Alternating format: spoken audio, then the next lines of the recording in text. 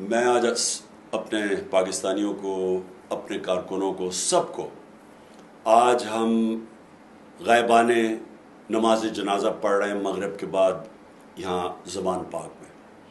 کن کے لیے؟ وہ شہداء کے لیے، جو لوگ صرف نکلے تھے اپنے حقوق کے لیے پرامن احتجاج کرنے کے لیے، جن کو سیدھی گولیاں ماری گئی، اور کتنے اور جو بیچارے ابھی ہسپتالوں میں بڑی سیریس گولیوں کی انجریز ہوئی ہیں ان کو۔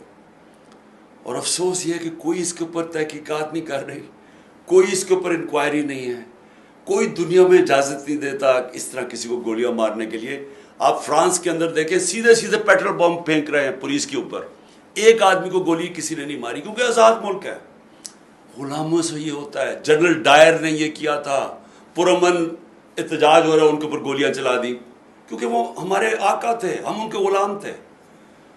تو ہم نے اپنے شہداء کے لیے سب نے آج یہاں جمع ہونا ہے مغرب کے بعد، اور ان کا غائبانِ نماز جنازہ پڑھنی ہے۔